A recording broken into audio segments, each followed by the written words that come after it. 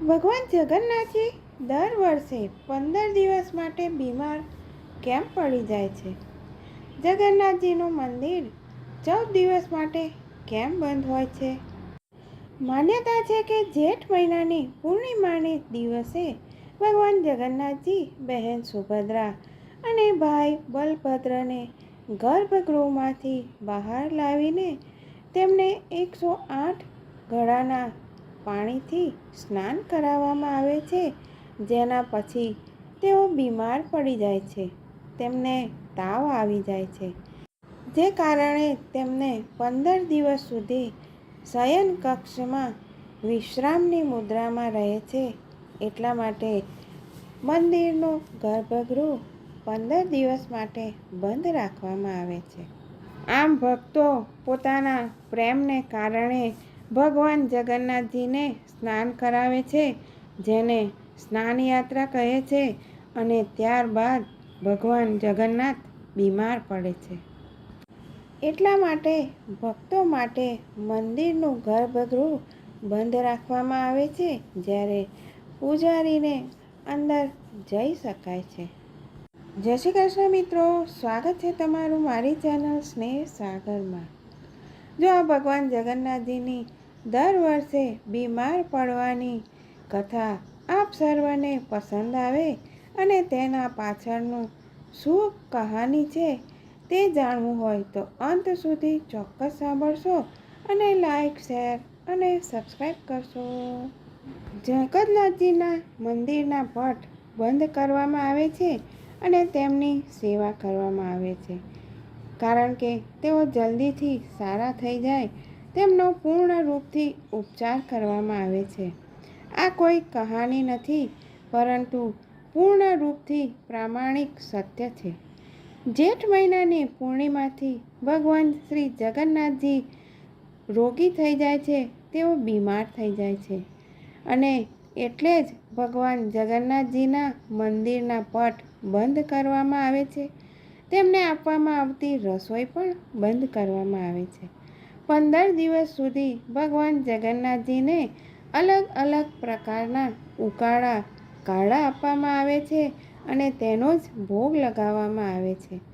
15 દિવસ બાદ તેઓ એકદમ સારા થઈ જાય ત્યાર પછી રથયાત્રા નીકળે છે, જેના દર્શન કરવા માટે હજારો લાખો ભક્તો અહીં આવે છે. જેઠ મહિનાની પૂર્ણિમાના દિવસે 108 ઘડાના પાણીથી ભગવાનને સ્નાન કરાવ્યા બાદ તેઓ બીમાર થઈ જાય છે, એવું માનવામાં આવે છે. પરંતુ પૌરાણિક કથા અનુસાર આનો એક બીજો જ રહસ્ય હોય તેવું માનવામાં આવે છે. પુરીમાં ભગવાન જગન્નાથજીના એક પરમ ભક્ત હતા, જેનું નામ માધવદાસ હતું. તેઓ દરરોજ ભગવાન જગન્નાથજીની ભક્તિભાવથી આરાધના કરતા હતા. એકવાર માધવદાસને ઝાડા ઉલટી થઈ જાય છે અને તેઓ દુર્બલ થઈ જાય છે. તેમને ચાલવાનું પણ મુશ્કેલ થઈ જાય છે. છતાં પણ તેઓ પોતાની ક્ષમતા અનુસાર પોતાનું કાર્ય કરતા રહે છે અને કોઈની સેવા નથી લેતા. જ્યારે માધવદાસનો રોગ ગંભીર થતો ગયો, તેમને ઉઠવા બેસવામાં પણ અસમર્થ થવા લાગ્યા, ત્યારે ભગવાન જગન્નાથજી સ્વયં તેમના સેવક બનીને તેમના ઘરે પહોંચી જાય છે અને માધવદાસજીની સેવા કરવા લાગ્યા. જ્યારે માધવદાસજીને હોશ આવ્યો તો તેઓ તરત જ ભગવાનને ઓળખી ગયા. માધવદાસજીએ કહ્યું કે પ્રભુ, આપ તો ત્રિભુવનના સ્વામી છો, તો મારી સેવા કરી રહ્યા છો. જો તમે ઈચ્છા રાખી હોત તો હું એકદમ સારો થઈ જાત. તમારે મારી સેવા પણ ન કરવી પડત.